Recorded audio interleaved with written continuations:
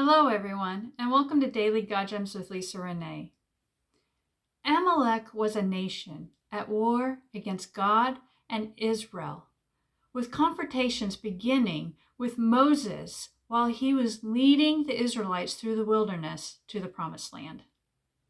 In Deuteronomy chapter 25, verses 17 through 19, God commands Israel to destroy the Amalekites and not to forget.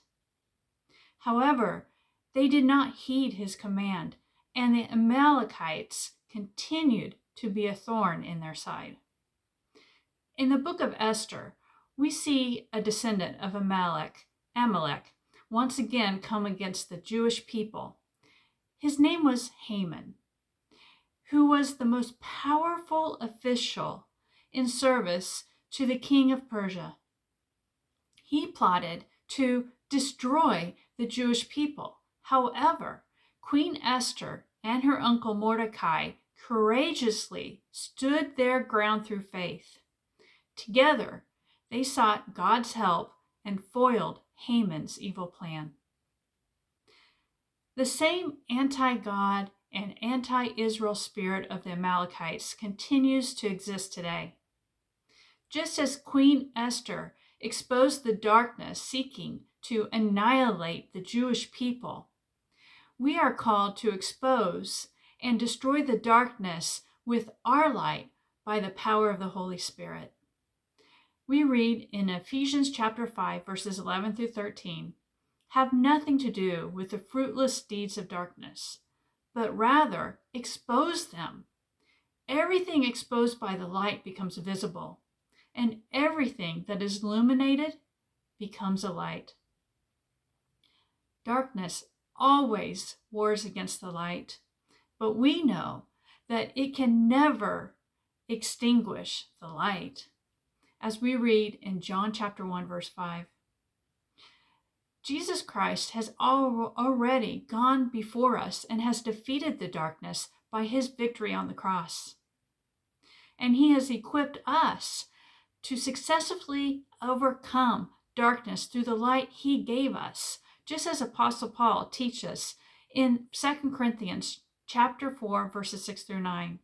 "For God, who said, 'Let light shine out of darkness,' made his light shine in our hearts to give us the light of the knowledge of God's glory displayed in the face of Christ." And we read in Ephesians chapter 5, verse 8, "For you were once darkness, but now you are light in the Lord. Live as children of light."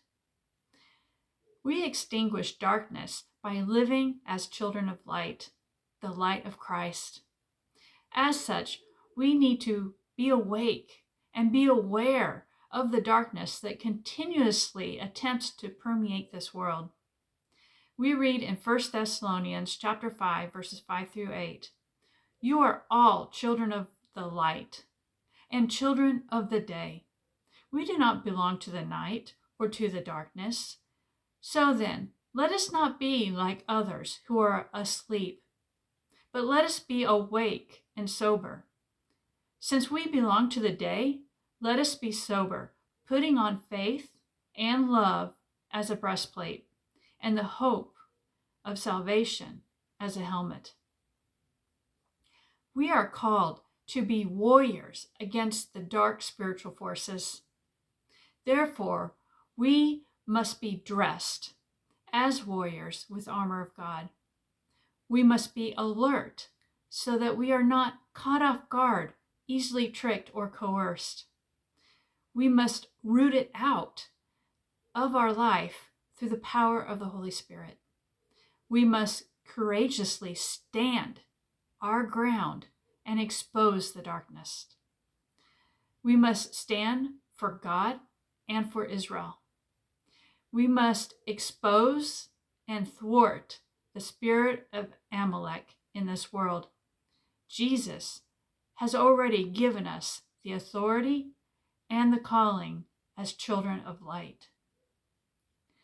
The book of Esther ends with a celebration of the Jews' victory over their enemy.